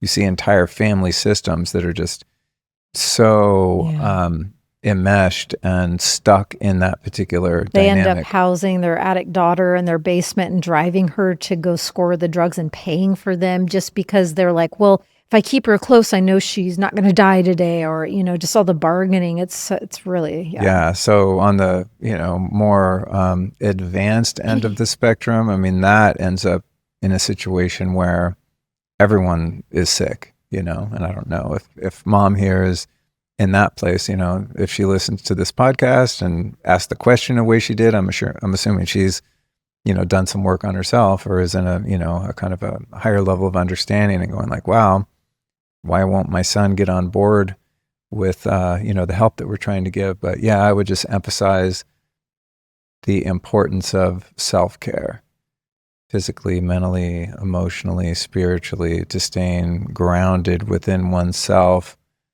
and the higher meta understanding that each soul is here to learn their own lessons and have their own experience. And this is really hard in addiction because sometimes someone else's experience can be really hurting them. In the case of drug addiction, it can be quite literally fatal. And so something that I, had to reconcile a few times over the course of, 20 years or something in my own recovery was becoming friends with someone or trying to help a newcomer. And for whatever reason, they didn't want the help, wouldn't accept the help, wouldn't take direction, wouldn't do the things that they needed to do to sustain themselves. And some of them died, or some of them just went back out and they're back on the streets doing their thing. And then I'm driving by and like, whoa, the shopping cart guy, that I described, like I'd see someone panhandling in front of 7-Eleven. I'm like, holy shit. 2 months ago, they were like sober and cleaned up their act and had a job and their family took them back. And now just like, boom, they're back in it. And through those experiences, I learned that each soul is on their own agenda, but also their karma, God's plan for them is on their own agenda. And I'd never begin to try to understand what that is. And that's much easier to do when it's not your son, so. Right. Well, that's my next question, because it says specifically our teenage son. So, yeah. And again, I know that you've already given the disclaimer, you're not the best person to answer this, but when it's more of a minor, let's say we know this person's less than 18, and what about the dynamic though of like when your dad forced you to go to that boarding school? When your mom, I guess you somewhat willingly got in the car with her. She didn't like grab you and throw you in the car and throw you into rehab, but like that whole dynamic pondering of like how forceful can and should one be, especially when it's a teen. Yeah. And they're dependent on you, a minor living in your home. And again, I know you don't know them and you can't do an exact prescription, but what is that like with rehab energy? Yeah, I mean, it's like in that situation, there are consequences that can be implemented. There are boundaries that can be set. There's a very hardline approach to like codependency recovery, which is like, cool, we're cutting off the internet. You have 30 days to move out and get a job. Good luck. There's kind of the tough love. And I'm not saying any of these applies to this particular person, but there's a diverse range of approaches from super hardcore tough love. I'm going to surrender to this for my own sanity as a parent, as a friend, husband, wife, and I'm drawing a line in the sand and I'm leaving it up to God and they're going to make it or they're not, which some, therapists and addiction specialists, like that's their hard line and they take that approach. So the kind of spectrum of, discipline, boundaries, ultimatums to full-blown unconditional love and compassion is obviously very individual. But thing about addicts that I can say for sure, and I'm sure this is true of, every kind of addiction, including games to some degree, is that an addict's going to keep doing what they're doing for as long as they can get away with it. If no one intervenes and makes your life more difficult, then you're only going to address your addiction issues when they cause you enough pain, because addiction is so inherently self-centered and selfish because it's a survival mode operating system that even if you love the people that your behavior is hurting, you truly love them, what you love even more is controlling the way you feel through your addiction and controlling your experience. So unless you're cut off from support and enabling, even if you're hurting other people, most of us are going to keep on doing it. But if that person says, hard no, stop sign, pass, I'm going to take care of myself, and stops enabling, then sometimes that helps facilitate that person's own suffering to the point where they hit a bottom and willingly, on their own volition, choose a path of recovery. So what I would recommend for this person, those are just ideas, right? I'm just tossing around. Maybe something will fit, maybe something will spark something else. But and it sounds like she's already explored some of this, but there are definitely experts in the realm of family dynamics and systems and recovery, codependency. And this goes back to like the self-care of taking care of your own mental, emotional health and sanity, is to seek counsel that really understands the dynamics of these issues, to help find a balance. It brings to mind that grandmother Sarah who did that family constellation work that I went to. That's just, I don't know, just pinged in, just an idea. Yeah. Yeah, because it's like when I've tried to help addicts, sometimes I've just had to surrender and just like, they're going to do what they're going to do. And I just let them know that the door's open, my heart's open. If you ever want help, if you ever want to change. I just heard, I'm not saying that this is this particular mom, Shannon, but I just heard in my head a mom saying, yeah, and my son is 15 and he lives at home. And so I'm just, I can feel the fear and the response to a statement like that. It's just, it's such a scary place. My heart goes out to her because like I said, I don't know what that's like. I know it's got to be really hard. Yeah. The closest thing I had to that was I was a few years sober, and my younger brother, Cody, who was a little rapping gangster maniac. Cash Cody. Shout out. He had moved to LA and got an apartment, gotten kicked out of the apartment for some violence, just say that, and then came over to my house and asked me if he could move in with me for a while. I love my little brother to death, but why did he get kicked out of his apartment?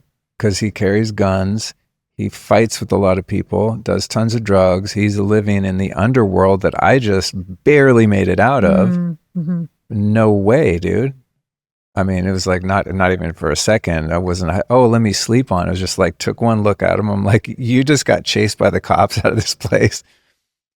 Because of the shit he was into. I'm like, I'm not bringing that into my sanctuary, So, I wasn't his parent, so it wasn't as hard, but I also knew that taking that stance was an act of self-preservation, and that the results of that might have been him getting hurt or dying or going to jail. Mm-hmm. Mm-hmm. And I was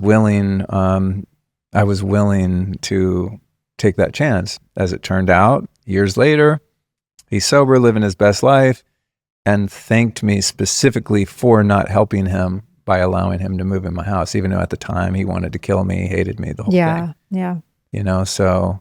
And those are the kind of steps, because I'm thinking of a couple scenarios, even in my life path, that decisions I had to make that were incredibly challenging, but truly out of a place of love, where, it's going to automatically mean the demise of a relationship and potential extreme misunderstanding and anger back towards you, and all of the layers that go with these types of scenarios. But when you hold that line, when you just have that clarity within you, what is best, when you choose yourself and the health of you, your own home, your own family, and you also know that in the biggest picture, you're choosing the biggest love line you can hold for that person, as difficult as it is. That's when you just have to give it completely up to faith and the divine and just hold that line. It's as hard as it is. Yeah, that example was kind of a rolling the dice, but either way it turned out for him, I still won because I kept my sobriety that I'd worked so hard to achieve. And you didn't self-betray. And I didn't self-betray. I kept my own sanity. But it could have gone the other way too. And then I would have had to reconcile that and the possible, guilt or self-blame or anything that came with it. Oh man, if I would have just let him move in, he wouldn't have ended up in that DUI or the car accident or whatever it was, right?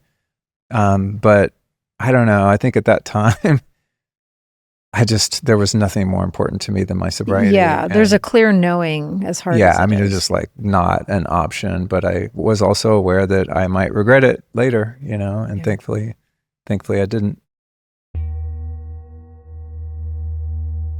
Do you ever feel like no matter how much you sleep, no matter what supplements you take and how well you eat, you're still running on empty? Well, you are not alone, and it's almost guaranteed that a lack of NAD+ has got a lot to do with it. See, here's what's up. As we age, our NAD plus levels naturally tank, taking our energy, mental clarity, and ability to recover along with it. So that's one of the main reasons so many people rely on stimulants like caffeine or other quick fixes.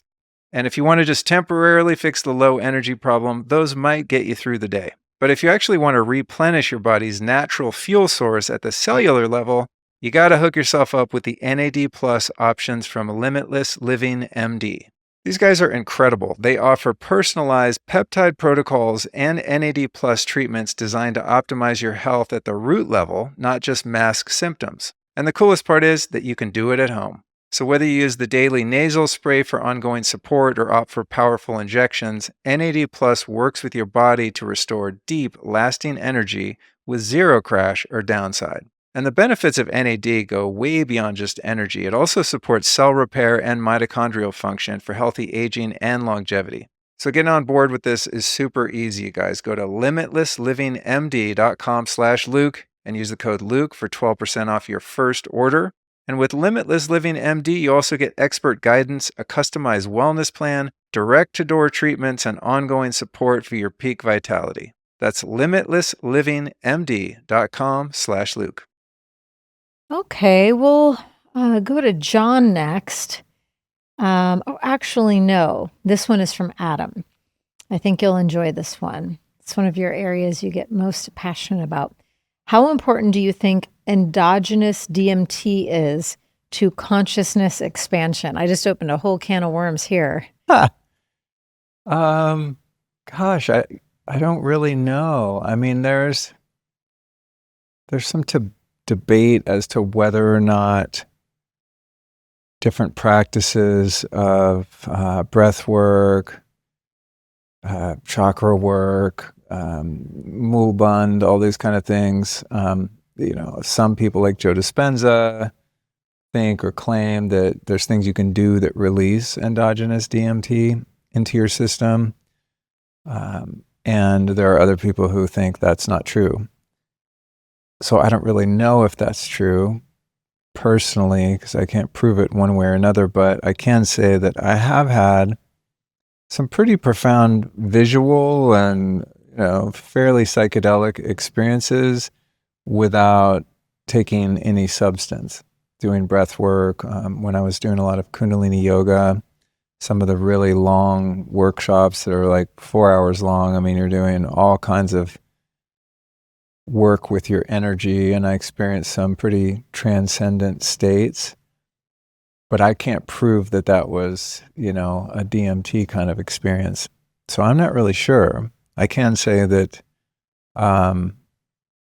using DMT or 5-MeO DMT has definitely been beneficial to me on occasion, but that's been done with a lot of care and intentionality, not as, I'm not going to a rave or Burning Man or something and doing it just for fun. Not that I have any judgment on people that try to do that, but I think anything you can do to expand your awareness and get in touch with those parts of yourself that are outside of the linear physical domain into your spirit, soul, God as the unmanifest, not the God that we see and feel and touch, but the God that's intangible, yet we know is there. There's something very unique about the DMT space in that regard.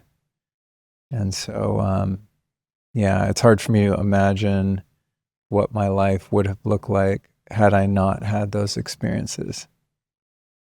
But making whatever that is that people say is DMT happen without taking anything, it requires a lot of dedication to practice.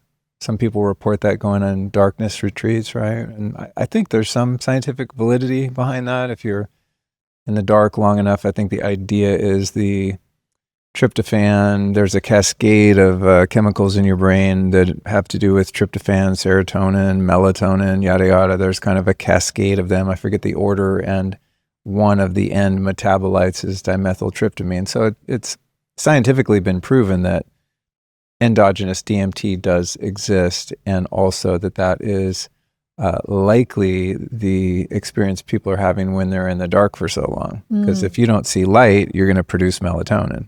That's one of the things about like blue light. That's the whole beef with blue light at night is you stop melatonin.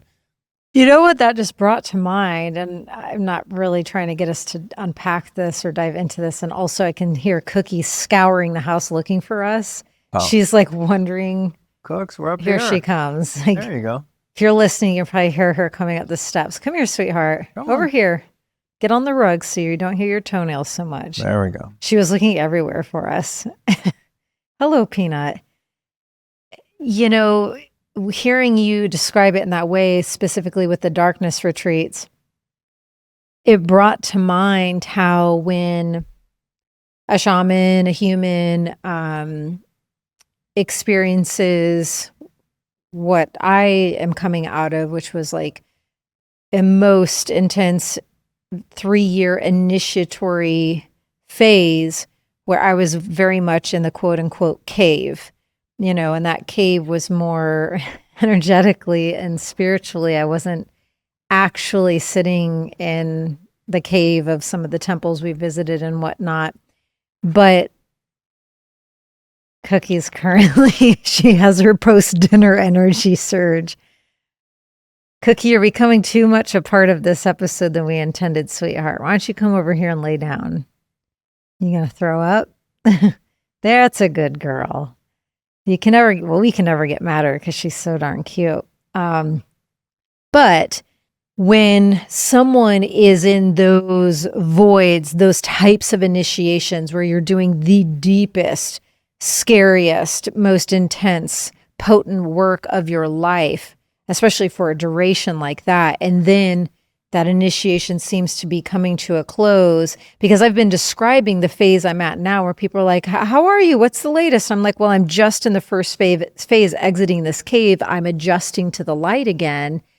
It brought to me a pondering of what you said applied though to those initiatory caves where you're doing the darkest work. And then when you come out, like, I wonder what my version of having an expansion of the DMT, but applied. Am I making any sense at all? Yeah. Oh, okay. Yeah. Oh, okay. That's interesting. The part about like acclimating to the light again. Yeah. I've been describing where I'm at in that way to people. Yeah. It's interesting because it's like when you come out of the movie, if you go to the movies in the daytime, and you come outside, it can be very jarring. It's much like integrating a plant medicine experience, right? Like you're back in the airport and you're going like, wait, what? Yeah. How do I should have deal booked with 3 this? more days at the Airbnb. Yeah, exactly. Yeah, but I think that there definitely is, a master key, and that these molecules exist in our body, and receptors for different, exogenous molecules exist. We have an endocannabinoid system. We have opiate receptors. We have, the downstream effects of neurochemistry that create DMT. So, we're yoked to the environment using that neurochemistry. Like it exists in us for a reason. And what are 3 main things that DMT provides? What does it do for people? I would say broad and heightened awareness, to get out of the hypnosis of context, right? And the tangible linear experience, and broadening out to more of a wider awareness. Softer, more expansive. Yeah, witness, being the witness, observer, and in peak experiences of it, the witness and that which is being witnessed merge into one, to where there's no difference anymore. So I think the DMT space, whether it's, through practice or through substances, is a bridge between duality and non-duality, even if it's just a peak, a momentary peak, to go, oh, wow,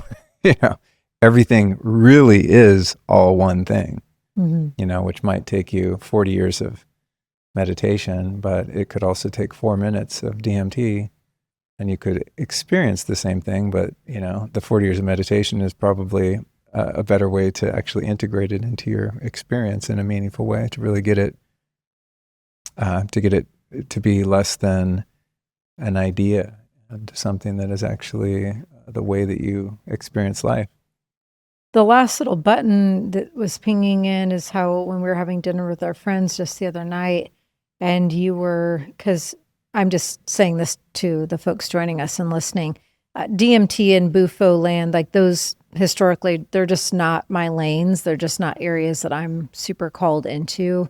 I more resonate and am called into different paths of spirituality and other types of medicine. But when you were sharing the story of your Bufo experiences, Luke, and how, like when some people have that night school experience after, or kind of get back into the Bufo experience in the 1, 2, or 3 days after they have the ceremony and they're back at home, but then they're like reactivated. And I just remember one pondering that you tossed out is that what might be going on there is it's like it's opened up the endogenous DMT within that person by sitting with Bufo or sitting with the medicine. Yeah, it might be. I mean, we don't know that, but yeah, that's interesting. With that one in particular, that is a very unique and trippy effect. I mean, I remember when I was a kid, when people would talk about, the hippies doing LSD in the 60s, like flashbacks. I'm sure many people have heard of having a flashback. I've never had that with any substance. I mean, once it's metabolized and out of my system, it's gone. I mean, there might be some residual memory of the experience, but I'm not like in the experience again. But with 5-MeO-DMT, it's pretty common. And I'm not sure. I'm sure there's someone, on the scientifically speaking, that might know, like, a little bit, you stored a little bit of it, you didn't metabolize all of it, and so there's some of the substance that you put in your body still there. I don't know how that would work though, because you'd pee it out, in the course of a couple of days. I don't know how it could still like be hiding in the nooks and crannies of your biology. So that was my kind of just armchair theory, that perhaps it's opening your, neurochemistry is being reminded of something that it already knows. And maybe it's opening some kind of pathways where you start to release it on your own. Just a theory. I don't know if that's true, but it's pretty cool. I mean, it can be kind of scary. If you're sleeping and it happens, it's a little bit unnerving. Yeah. But, as we were also talking about the other night, in 2020, when I had that experience here in Austin, there was a couple of days afterward, man, I was having like the most beautiful, just super long meditations. And I was just blissed out. Like, I felt so good. Ecstatic dance party for one. Yeah. Luke Storey was the one attendee to his own dance party, and he does not normally dance. And I wasn't on it. I wasn't on anything, right? I tapped into that field, and the field persisted. And maybe part of that field persisting was something going on in my own system. Yeah. Cool. You want to do one more? Yep. Okay, let's close her out with a supplement, more biohacky question from Biohacking. Jojo and Chris. I always love that name, Jojo. One of my sister's high school friends that she's still friends with. Her name is Joanna, but they call her Jojo. Okay, anyways, what are your top tips for maintaining a good, healthy testosterone level? Does the herb, now I don't know how to pronounce this, Tongkat Ali work? Tongkat? Yeah, it's said that it does. And I guess to be really qualified to answer this, I would have had to have done some recent testing to see what my levels are at 54 years old. But I can say I kind of know the feeling of when my testosterone levels are high. In terms of like focus, drive, ambition, libido. I mean, there's kind of markers. If you're self-aware, you can tell like if you're feeling that kind of strength. So some things that I know have helped me with that. That herb is pretty widely known to help with testosterone, but it's not one that I've really applied. I would say in terms of things that you can take, the number one would be the surthrival pine pollen extract. which is also buffered with nettle extract, which helps the testosterone, because there's testosterone in pine pollen. Pine pollen is like tree sperm. And so it sprays pollen all over the place, and that's how it pollinates things. But taking just the pine pollen without the nettle, you can risk like converting a lot of that testosterone to estrogen. And so Daniel Vitalis, who formulated it, was really smart by putting the nettle in there, which stops or limits that process.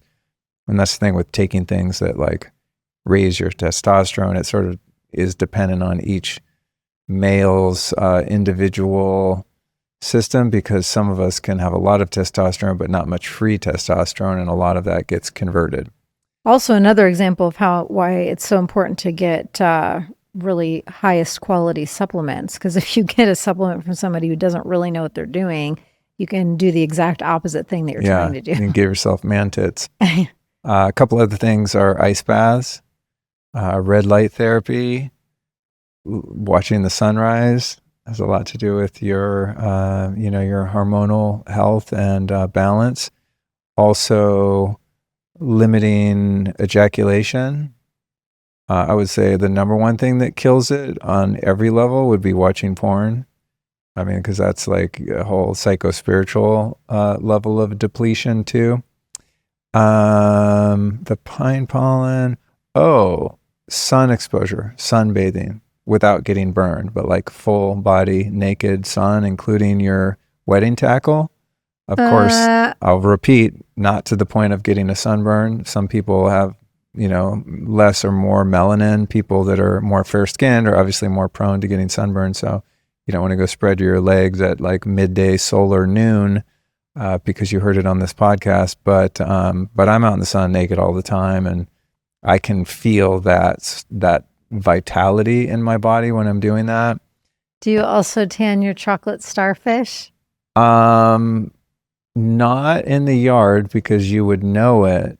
But that light that I showed on our last episode we did together, it's called the Chroma D light, and it's got really powerful UVB and also red light in it. And I've been doing those every day, and, do so nude and get every single inch of my skin covered with that thing very briefly. It's like a 5-minute treatment, because you can get a sunburn from that light. Including the starfish? Including everything, honey. I refuse to refer to I was waiting for any part of my body. Fish for you to say it. Yes, I will not. I'll leave that up to you to say. But so yeah, cute. I'm sure many people saw the butthole sunning trend with these ancestral people and stuff like that. And I actually did a little research on it just to see if there was any validity. And there's one study from 1929 or something. There's not a lot of like science out there on that, but I don't know how it can't be great. The sun entering into our one of our few portals, like it's very relaxing. Hey, it's very soothing. That's what I'm saying. Yeah. It also, it has to do with, like, as I said earlier, your body is a solar panel, right? And you have photoreceptors all over your body, and the way different parts of your body process signals or frequencies or data from light is different depending on, how thick your skin is in those places, right, and how much blood flow you have in different places and things like that. So I just feel great getting sun all over my body. I do the bottoms of my feet. I do like everywhere, just about every day. Because when you do those more sensitive portal areas that don't normally see the light of day, there's all those nerve endings too. So that too, yeah. I'm just hypothesizing here, but to me, when I'm just seeing it with my mind's eye, like the energy of the sun hitting those nerve receptors and then entering the body through that pathway, it looks to me to be pretty incredible. Makes sense to me. Light is the master switch to everything going on in your body, and when your body is running properly and is in coherence with different spectrums of light at different times, it just makes everything function better. Mm-hmm. Yeah. I like that we ended on the chocolate starfish note. Yeah. If you're going to go there, I'll follow you wherever you want to go. Oh, wonderful. Well, this was fun. We'll name the episode the chocolate starfish. Yeah, it'll really, The master key to longevity and enlightenment. yeah. But what about the header photo for that episode? Are we going to have to demonstrate what we're talking about? I'll do it. I ain't scared. Oh, goodness. We'll put the little black censored bar over the, the details. What do the people call that? Clickbait? But it would be real. It's not just clickbait. Yeah, it would actually deliver on the promise of the clickbait title. No one would be disappointed. Definitely not. All right. Well, as per usual, this has been fun. Oh, sorry. I forgot. Like one of the main things is sleep hygiene. What do you mean? Poor sleep wrecks your testosterone. Getting good delta sleep. And I've done a lot of episodes on how to achieve great sleep, but sleep deprivation wrecks your testosterone, and getting a lot of sleep at the right time does a lot to support testosterone production. And oh no, that's sperm. Never mind. Yeah. By the way, I'll just say this for men that are planning to conceive. Yeah. Testosterone and sperm are obviously two different things, although related. I learned the hard way that two things wreck your sperm production. One of them is heat. So hot tubs, hot springs, and saunas, really bad for sperm production. And the other one is by taking testosterone, which I did an experiment with a couple years ago for 3 months, a really small dose just to see what it felt like. And I always was taking saunas, and I didn't know that. So when we were early in the conception journey, I realized my sperm were tanked. Thankfully, you can bring them back. Yeah. But that's good to know if you're trying to have a baby. And the solution that we agreed to is that because he didn't want to not go into the sauna is that he puts an ice pack. Yep, that works. On top of his penis and balls. Well, under technically, but yeah. Oh, well, you support. Okay. Yeah. Keep that part of it's fine to get your whole body hot. You just don't want to get your nards hot. That's the issue. Keep the nards chill and cool. I wonder if kids still say that. That's what we nards. said. I don't think anyone. Dude, you kicked me in the nards. I don't think. Have you ever heard that even? I have. I'm not that much younger than you, but I think people younger than me probably don't know what nards is. Yeah. Nards. There was a word I thought of the other day. Gosh darn it. It was a good one too. It's like a word you just do not hear it all anymore, but it was such a classic. I wonder if kids still say narked. He narked on me. Dude, he narked on me. I think that people, more young folks know narked than nards. Okay. That would be my guess. We could run a poll. That could be what you put up next on your Instagram. Yeah, for the questions. Yeah. If you have kids, do they still call nuts nards? Just curious. And if you rat on someone, do you still call it narking? Yeah, you could do one of those social media story polls, and then you can see the percent of, yeah. Okay, anyways, we're going off the rails here. I'm getting tired or hungry or something. Thanks for listening. Thanks for joining me today. Thank you for being my co-host. Mm-hmm. And for those that want to hear Alyson talk more, which I'm sure of which there are many, I think the next one we do, we're going to chat about some things going on in life. So thanks for humoring me and also helping me to answer people's questions. And the show notes here again are lukestorey.com/610, and we'll make sure to link to anything and everything that might be clickable if you want to do further research or explore some of the resources we mentioned.